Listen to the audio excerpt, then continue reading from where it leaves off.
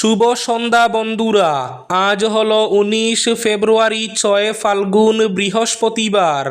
আজকের সন্ধ্যার বিশেষ বিশেষ খবরগুলি হলো: সরকারি কর্মচারীরা বাবা মাকে দেখাশোনা না করলে তাদের বেতনের 10 থেকে 15% কর্তন করে বাবা মার অ্যাকাউন্টে ট্রান্সফার করিয়ে দেওয়া হবে।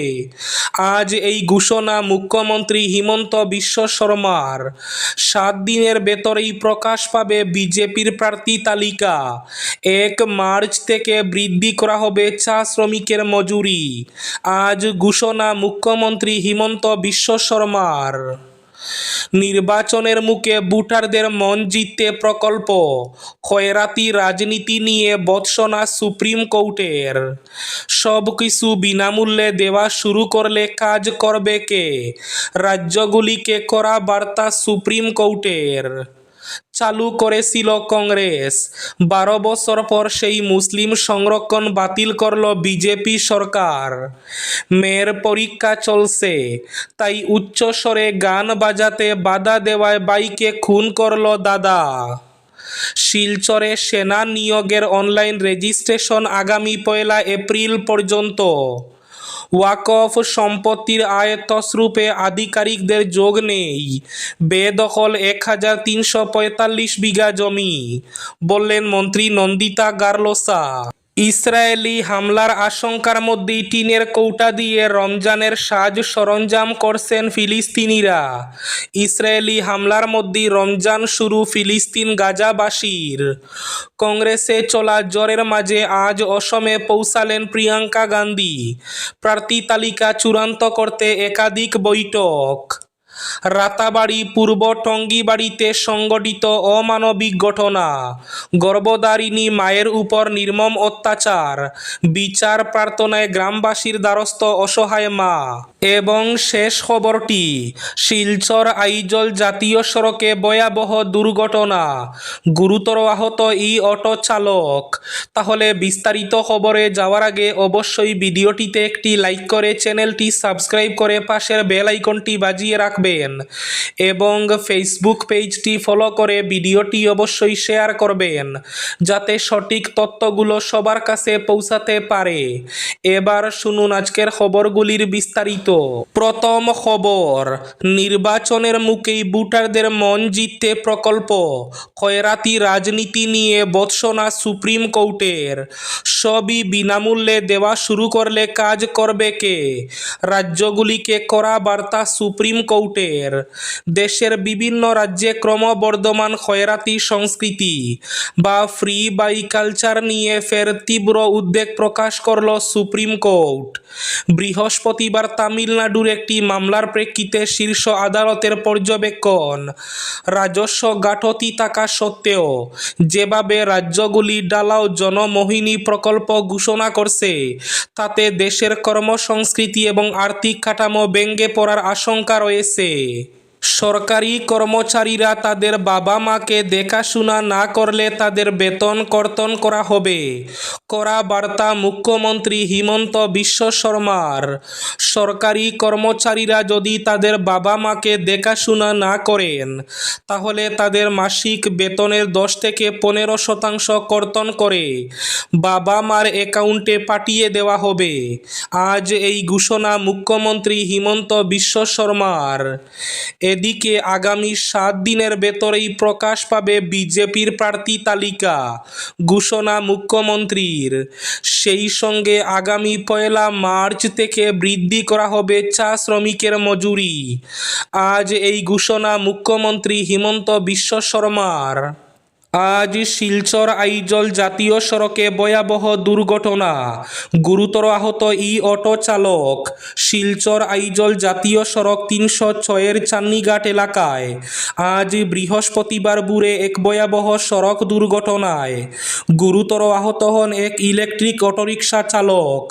দুর্ঘটনার সম্পূর্ণ ঘটনা নিকটবর্তী সিসিটিভি ক্যামেরায় ধরা পড়েছে, যা এলাকায় চাঞ্চল্যের সৃষ্টি করেছে। প্রাপ্ত তথ্য অনুযায়ী সকাল প্রায় 5:30 নাগাদ বাগাবাজার দিক থেকে চান্নিঘাট অভিমুখে আসছিল একটি ইলেকট্রিক অটোরিকশা। চান্নিঘাট মসজিদের কাছাকাছি পৌঁছাতে চালক নিয়ন্ত্রণ হারিয়ে রাস্তার পাশে মেরামতের জন্য দাঁড়িয়ে থাকা একটি টিপারকে সজোরে ধাক্কা দেয়। সংঘর্ষের পর অটোর সামনের অংশ সম্পূর্ণভাবে দুমড়ে মুচড়ে যায় এবং চালক গাড়ির ভেতরে আটকে পড়েন। দুর্ঘটনার পরপরই স্থানীয় বাসিন্দারা দ্রুত ঘটনাস্থলে পৌঁছে উদ্ধার কাজ শুরু করেন। প্রায় 1 ঘন্টার চেষ্টার পর অন্য একটি গাড়ির সাহায্যে রশি বেঁধে অটোর ভেতর থেকে চালককে উদ্ধার করা হয়। উচ্চ স্বরে গান বাজাতে বাধা দেওয়ায় বাইকে খুন করল দাদা। রাজ্যের মঙ্গলদৈয়ে সংঘটিত হয়েছে এক চাঞ্চল্যকর ঘটনা। দাদার প্রহারে প্রাণ গেল বাইয়ের। সাধারণ কথায় সৃষ্টি হওয়া বাকবিতণ্ডা নে ভয়ঙ্কর রূপ। মঙ্গলদৈ সদর থানার অন্তর্গত উদমারি গ্রামের 48 বছরের নিত্যানন্দ শর্মা নামে এক ব্যক্তি উচ্চস্বরে গান বাজাতে বাধা দেওয়ায় মৃত্যুর কোলে ঢলে পড়েন। মৃত ব্যক্তির স্ত্রীর অভিযোগ, এই হত্যার পরিকল্পনা আগেই করা হয়েছিল। পারিবারিক কুন্দলের জেরে দাদা সর্বানন্দ শর্মা তার 2 ছেলে জ্যোতি শর্মা এবং নিকুমণি শর্মার সাহায্যে নিত্যানন্দ শর্মাকে বাঁশ দিয়ে পিটিয়ে খুন করে। মৃত নিত্যানন্দ শর্মার দ্বিতীয় কন্যার মাধ্যমিক পরীক্ষা চলছে।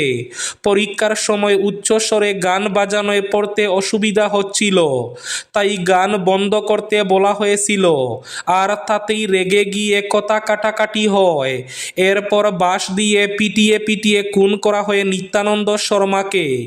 এ ব্যাপারে নিত্যানন্দের স্ত্রীর অভিযোগ, প্রতিদিনই সকাল বিকালে জুড়ে জুড়ে গান বাজতে থাকে। মেয়েটার পরীক্ষা চলছে, তাই গান বন্ধ করতে বলা হয়েছিল। জুড়ে গান বাজতে থাকলে পড়তে অসুবিধা হয়। গান বন্ধ করতে বলার পর প্রথমে বড় ছেলে এসে মারে। এরপর বাবা এবং 2 ছেলে মিলে বেধড়ক মারতে থাকে আমার স্বামীকে। আমরা এগিয়ে গেলে দা নিয়ে তেড়ে আসে আমাদের মারতে। আমরা কোনো মতে পালিয়ে আত্মরক্ষা করি। বর্তমানে মঙ্গলদৈ সদর পুলিশ সর্বানন্দ শর্মা, জ্যোতি শর্মা এবং নিকুমণি শর্মাকে গ্রেফতার করে তদন্ত প্রক্রিয়া অব্যাহত রেখেছে। রাতাবাড়ি পূর্ব টঙ্গিবাড়িতে সংঘটিত অমানবিক ঘটনা। গর্ভধারিণী মায়ের উপর নির্মম অত্যাচার, বিচার প্রার্থনায় গ্রামবাসীর দ্বারস্থ অসহায় মা। পূর্ব টঙ্গিবাড়ি গ্রামে এক গর্ভধারিণী মায়ের উপর দীর্ঘদিনের শারীরিক ও মানসিক নির্যাতনের অভিযোগে চাঞ্চল্য সৃষ্টি হয়। অসহায় ও মানসিকভাবে অসুস্থ নুরমা বেগম বর্তমানে প্রাণ বয়ে গড়ছাড়া হয়ে মানুষের দ্বারে দ্বারে ঘুরছেন বলে জানা গেছে। অভিযোগ সূত্রে জানা গেছে, কম বয়সে সাব্বির আহমেদ নামের এক যুবকের প্রতারণার শিকার হয়ে বিয়ে করতে বাধ্য হন নুরমা বেগম। তিনি মানসিকভাবে পুরোপুরি সুস্থ নন এবং মাসের পর মাস মানসিক ভারসাম্য হারিয়ে থাকেন। এই সুযোগে সাব্বির আহমেদ বিয়ে বহির্ভূত সম্পর্কে জড়িয়ে পড়েন। পরবর্তীতে গ্রামের মানুষের চাপে বিয়ে করলে এক সন্তানের জন্মের পর তিনি নুরমা বেগমকে ছেড়ে চলে যান। মা বাবাহীন অনাথ নুরমা বেগম নিজের বাবার বাড়িতে ছোট সন্তানকে নিয়ে বসবাস শুরু করেন। মানুষের বাড়ি বাড়ি কাজ করে জীবিকা নির্বাহ করতেন। বুক ভরা আশা ছিল সন্তান বড় হয়ে একদিন তার কষ্ট লাঘব করবে, কিন্তু বাস্তবে তা ঘটেনি। বরং তার জীবন আরও দুর্বিষহ হয়ে উঠে। বড় হয়ে উঠা সেই পুত্র হুসেন আহমেদ বাবার পথ অনুসরণ করে গ্রামের আব্দুল মান্নানের মেয়েকে বিয়ে করে। বিয়ের পর থেকে নুরমা বেগমের উপর নির্যাতনের মাত্রা বাড়তে থাকে বলে অভিযোগ। শিলচরে সেনা নিয়োগের অনলাইন রেজিস্ট্রেশন 1 এপ্রিল পর্যন্ত। ভারতীয় সেনাবাহিনীতে যোগ দেওয়ার স্বপ্ন দেখা যুবকদের জন্য বড় সুযোগ। শিলচরের আর্মি রিক্রুটিং অফিসের অধীনে সেনা নিয়োগের অনলাইন রেজিস্ট্রেশন প্রক্রিয়া শুরু হয়েছে 13 ফেব্রুয়ারি থেকে। এই রেজিস্ট্রেশন চলবে আগামী 1 এপ্রিল পর্যন্ত। আগ্রহী প্রার্থীদের জয়েন ইন্ডিয়ান আর্মি ওয়েবসাইটে গিয়ে প্রথমে একটি অ্যাকাউন্ট তৈরি করতে হবে। তারপর লগ ইন করে সংশ্লিষ্ট নিয়োগ বিজ্ঞপ্তি ভালোভাবে পড়ে নির্দিষ্ট বিভাগ অনুযায়ী আবেদন করতে হবে। প্রতি আবেদনের জন্য আবেদন ফি ধার্য রয়েছে 250 টাকা। অনলাইন আবেদনপত্র পূরণ করে প্রয়োজনীয় নথি এবং ছবি আপলোড করার পর আবেদন জমা নিতে হবে। আবেদন প্রক্রিয়া সম্পন্ন হওয়ার পর অ্যাডমিট কার্ড অনুযায়ী নির্ধারিত কেন্দ্র, নির্দিষ্ট দিন ও সময়ে অনলাইন পরীক্ষায় উপস্থিত হতে হবে। পরীক্ষার ফলাফল প্রকাশ করা হবে অনলাইন পরীক্ষার মেধা তালিকায়। নিয়োগের জন্য যে নথিগুলো আবশ্যিকভাবে প্রয়োজন তার মধ্যে রয়েছে আধার কার্ড, আধার সংযুক্ত মোবাইল নম্বর, 10ম শ্রেণীর নম্বরপত্র, উচ্চ শিক্ষাগত যোগ্যতার শংসাপত্র, ডমিসাইল শংসাপত্র, জাতিগত শংসাপত্র, নির্দিষ্ট মাপের স্ক্যান করা ছবি এবং সক্রিয় ইমেল আইডি। চালু করেছিল কংগ্রেস। 12 বছর পর সেই মুসলিম সংরক্ষণ বাতিল করল বিজেপি সরকার। ধর্মের ভিত্তিতে সংরক্ষণ নয়।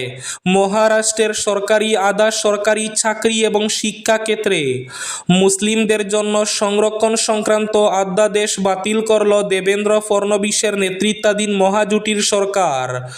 2014 সালে ওই সংরক্ষণ চালুর প্রস্তাব করে কংগ্রেস ও এনসিপির জোট সরকার। 2014 সালে মহারাষ্ট্রের বিধানসভা নির্বাচনের কয়েক মাস আগে রাজ্যের সরকারি চাকরি ও শিক্ষা ক্ষেত্রে স্পেশাল ব্যাকওয়ার্ড ক্লাসে ক্যাটাগরির জন্য 5% সংরক্ষণ চালু করার প্রস্তাব দিয়ে একটি অধ্যাদেশ জারি করে তৎকালীন কংগ্রেস এনসিপি সরকার। ইসরায়েলি হামলার শঙ্কার মধ্যেই টিনের কৌটা দিয়ে রমজানের জন্য সাজাচ্ছেন ফিলিস্তিনিরা। ইসরায়েলি হামলার মধ্যেই রমজান শুরু ফিলিস্তিন গাজাবাসীর।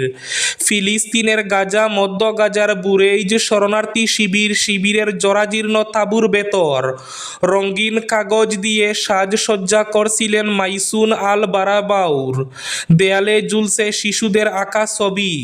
অভাবের সংসারে অনেক কষ্টে 9 বছর বয়সী ছোট ছেলে হাসানের জন্য পবিত্র রমজানের একটি লণ্ঠন কিনেছেন তিনি। ক্লান্ত মুখে একটু হাসির ঝিলিক ফুটিয়ে মাইসুন বলেন, সামর্থ্য নেই বললেই চলে, তারপরও বাচ্চাদের মুখে হাসি ফুটানোর বড় কথা। যুদ্ধবিধ্বস্ত গাজায় ফিলিস্তিনিদের জন্য এটি তৃতীয় রমজান। গত 2 বছরে ইসরায়েলি হামলায় উপত্যকাটিতে 70,000-এর বেশি ফিলিস্তিনি প্রাণ হারিয়েছেন।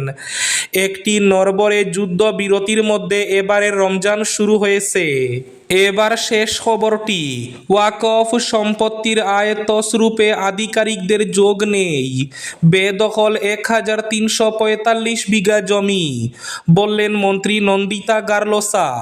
রাজ্যে ওয়াকফ সম্পত্তির আয়তস্বরূপের ঘটনায় কোনো সরকারি আধিকারিকের জড়িত থাকার প্রমাণ মেলেনি বলে বুধবার বিধানসভায় স্পষ্ট জানালেন সংখ্যালঘু কল্যাণ ও উন্নয়ন মন্ত্রী নন্দিতা গারলোসা। সদন কমিটির রিপোর্টের ভিত্তিতে তদন্ত চালিয়ে এই সিদ্ধান্তে পৌঁছেছে সরকার। তবে একই সঙ্গে তিনি স্বীকার করেন, রাজ্যের বিভিন্ন প্রান্তে উল্লেখযোগ্য পরিমাণ ওয়াকফ জমি এখনও দখলমুক্ত নয়, যা প্রশাসনের সামনে একটি বড় চ্যালেঞ্জ হিসাবে রয়ে গেছে।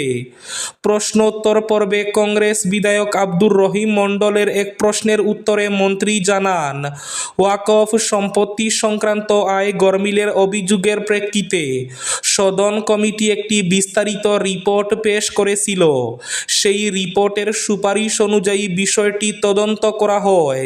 তদন্তে দেখা গেছে, ওয়াকফ সম্পত্তি থেকে প্রাপ্ত আয়ের তছরূপের ঘটনায় কোনো সরকারি আধিকারিকের সরাসরি জড়িত থাকার প্রমাণ পাওয়া যায়নি।